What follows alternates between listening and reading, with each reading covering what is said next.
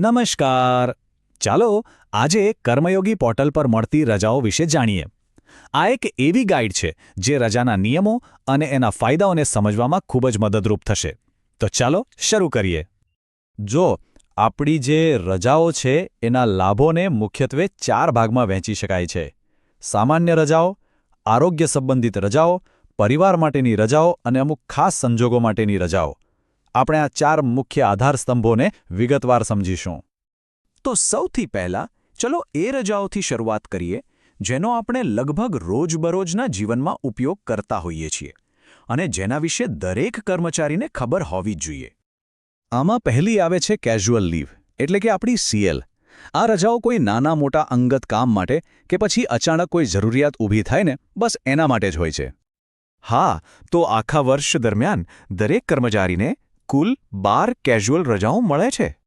હવે વાત કરીએ રિસ્ટ્રિક્ટેડ હોલિડેની, જેને આપણે મરજિયાત રજા પણ કહીએ છીએ.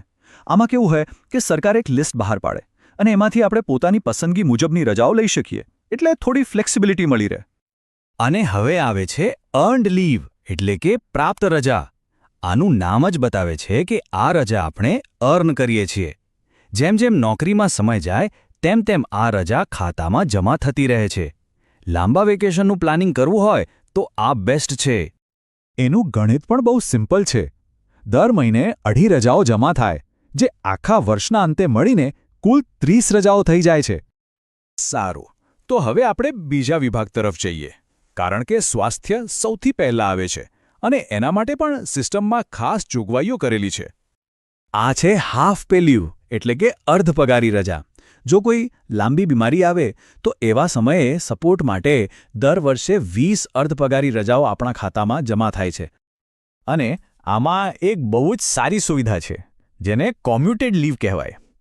આનો મતલબ એ છે કે જો પોતાની બીમારી હોય તો 2 અડધા પગારની રજાઓ ભેગી કરીને એક આખા પગારની રજામાં બદલી શકાય છે. એટલું જ નહીં, ટીબી કે કેન્સર જેવી ગંભીર બીમારીઓ હોય અથવા કર્મચારી કે એમના પરિવારને કોઈ તકલીફ હોય તો એવી પરિસ્થિતિઓ માટે પણ સિસ્ટમમાં વધારાના સપોર્ટની જોગવાઈ છે. ચાલો હવે એ રજાઓની વાત કરીએ જે જીવનના સૌથી સુંદર અને મહત્વના પડાવો પર આપણાને સપોર્ટ કરે છે, ખાસ કરીને જ્યારે પરિવારમાં કોઈ નવું સભ્ય આવે. જી હા, આપણે વાત કરી રહ્યા છીએ માતૃત્વ અને પિતૃત્વ રજાની. નવા માતા-પિતા બનેલા કર્મચારીઓ માટે આ બંને રજાઓ ખૂબ જ મહત્વની છે. તો નિયમો મુજબ સ્ત્રી કર્મચારીને 180 દિવસની મેટર્નિટી લીવ અને પુરુષ કર્મચારીને 15 દિવસની પેટર્નિટી લીવ મળે છે. અને હા, આ લાભ 2 બાળકો સુધી લઈ શકાય છે. આ ઉપરાંત ચાઇલ્ડ કેર લીવ પણ છે. આ રજાનો મુખ્ય હેતુ એ છે કે માતા-પિતાને બાળકોના ઉછેર અને એમની દેખભાળ માટે પૂરતો સમય મળી રહે.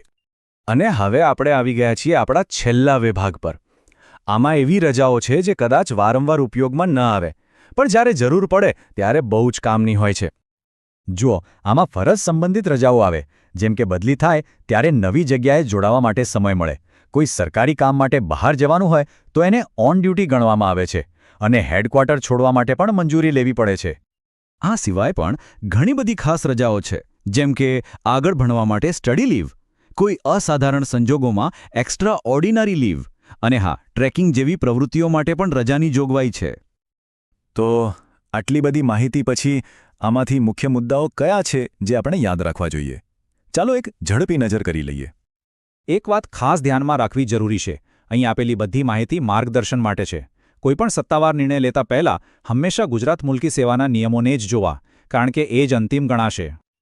ટૂંકમાં કહીએ તો આ કર્મયોગી રજા સિસ્ટમ એક એવું મજબૂત માળખું છે જે કર્મચારીઓને એમની આખી કારકિર્દી દરમિયાન, પછી એ અંગત જીવન હોય કે વ્યાવસાયિક, દરેક તબક્કે સાથ આપવા માટે બનાવવામાં આવ્યું છે. આટલી સરસ અને ઉપયોગી માહિતી આપણા સુધી પહોંચાડવા બદલ ધાઈભાઈ વિજાપુરાનો આપણે સૌ આભાર માનીએ. અને અંતે એક સવાલ જે આપણે સૌએ પોતાની જાતને પૂછવો જોઈએ. હવે જ્યારે આપણી પાસે રજાના આટલા બધા વિકલ્પો છે તો આપણે એનું શ્રેષ્ઠ આયોજન કેવી રીતે કરી શકીએ જેથી આપણા અંગત અને વ્યાવસાયિક બંને લક્ષ્યો પૂરા થઈ શકે? વિચારવા જેવી વાત છે, ખરું ને?